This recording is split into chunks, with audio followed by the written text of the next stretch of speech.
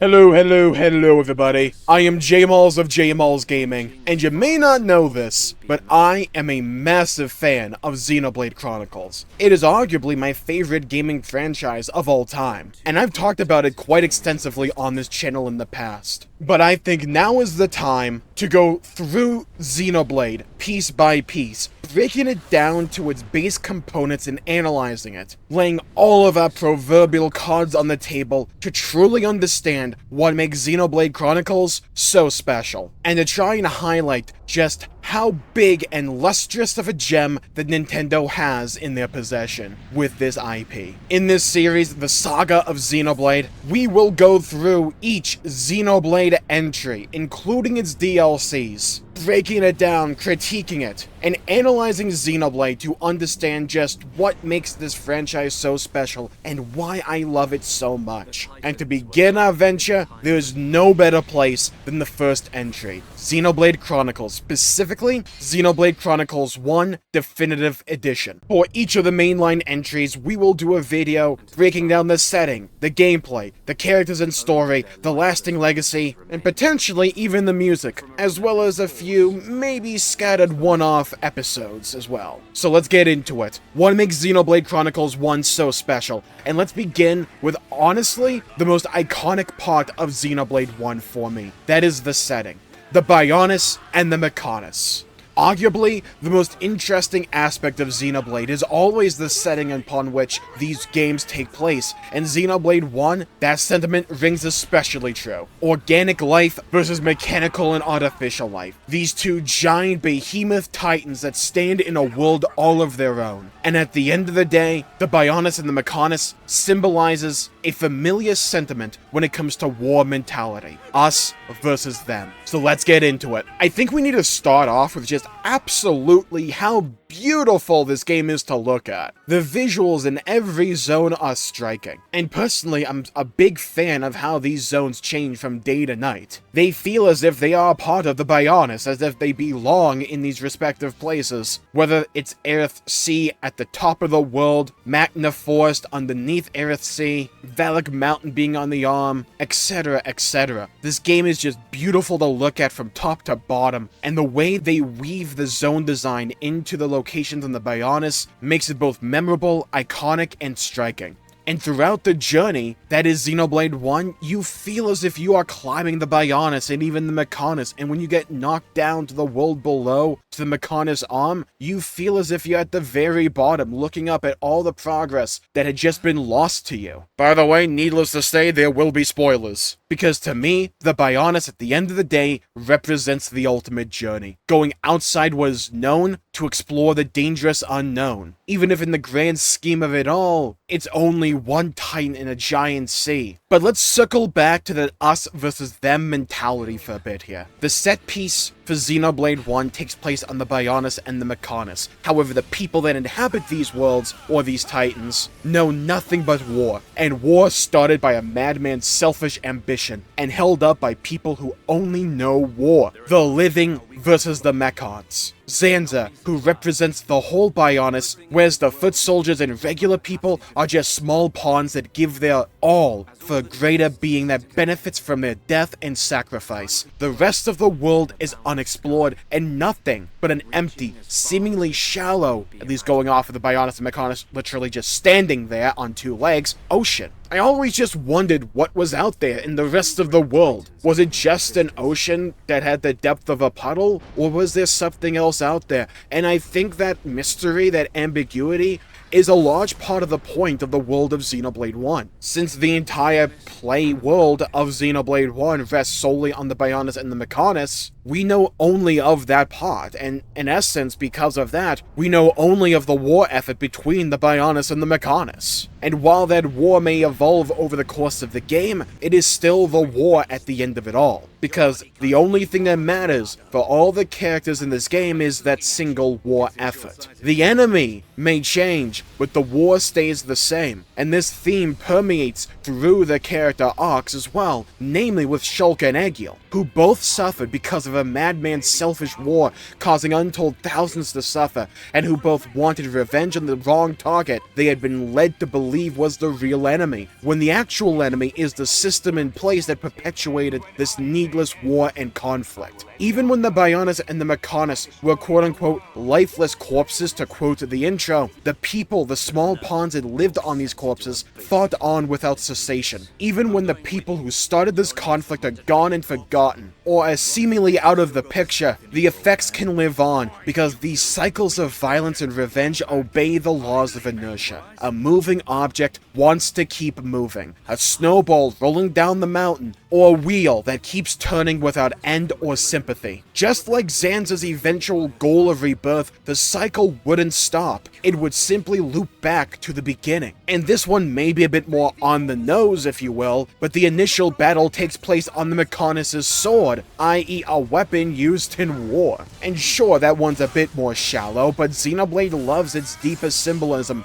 ranging from the esoteric to the upfront and in-your-face. It's this ever-clever balancing act that gives Xenoblade and its story and its themes and messaging its true charm, in my opinion. The only actual win condition we got in Xenoblade was heading to the actual heart of the Bionis and attacking the system at its core, and then going beyond that shallow worldview of just the Bionis and the Mechonis to what looked like outer space to get a different perspective and to see the world in its entirety, to learn from the past how the cycle of war started, and then actively choose not to perpetuate it ourselves by merely changing the players in the game, but upending the board in its entirety and throwing the damn game away. It's funny when you think about that's the ending of the game. Once we do that, the game ends, pretty much. We get a wrap-up cutscene and then it's over, roll credits. And with the new world we worked so hard to craft, created out of the ruins of the old world that we had to destroy, the symbolism is there, and in my opinion, it is wholly intentional. Even think about how the Bionis is structured. The Hyentia, High even is in the name. They believe themselves to be above the Homs and the rest. And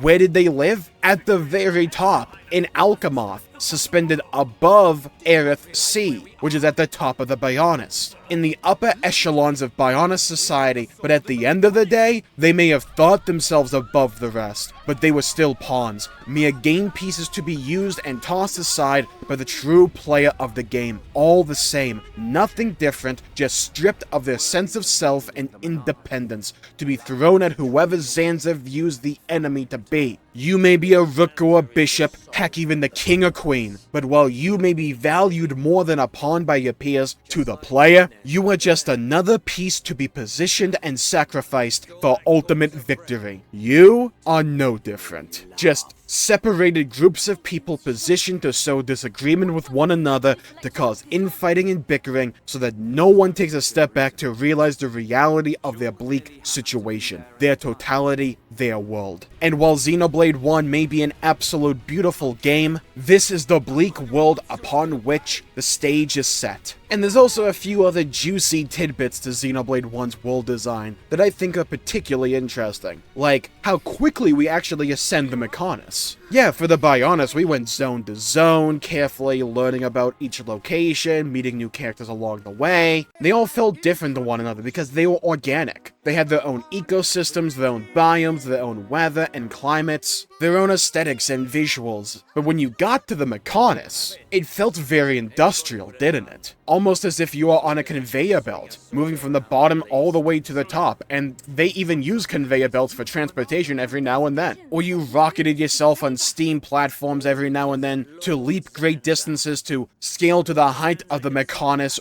rapidly. While yes, it worked for the gameplay, I think this was also by design as well, to kind of further drive in and on these themes of the Mechonis being artificial and industrial, where the natural beauty of the Bionis was stripped away for pure efficiency. And I did mention this briefly before, but also how the true enemy weren't the Hyentia, who stood above everyone else at the top of the Bionis. No, it was the Puppet Master who lived at the heart of it all, who puppeteered everyone's fate for his own selfish interests. I think the world of Xenoblade 1 works for a myriad different reasons. It's beautiful, awe-inspiring, and striking on a consistent basis. The world as you climb it feels different in each of these locations, and it gives personality and charm to each of these locations on the Bionis and the Mechonis. There's a sense of grandeur to it all that works so well for the story of Xenoblade 1, and makes each of these zones memorable by themselves and beautiful. You almost want to stop and take screenshots of it all just to see how beautiful everything looks. But while I'm sure a lot of this video when it came to the setting of Xenoblade 1 sounded pessimistic, or at least bleak, I think Xenoblade 1, fairly obvious, a very optimistic game. And while it can get very dark and dreary, think about it like this: even when Shulk got knocked to the bottom of the world, down into the Bionis' hand, after spending the entire game up to that point, meticulously making his way to the very top of the Bionis, and then over to the Mechonis, what ordinarily would be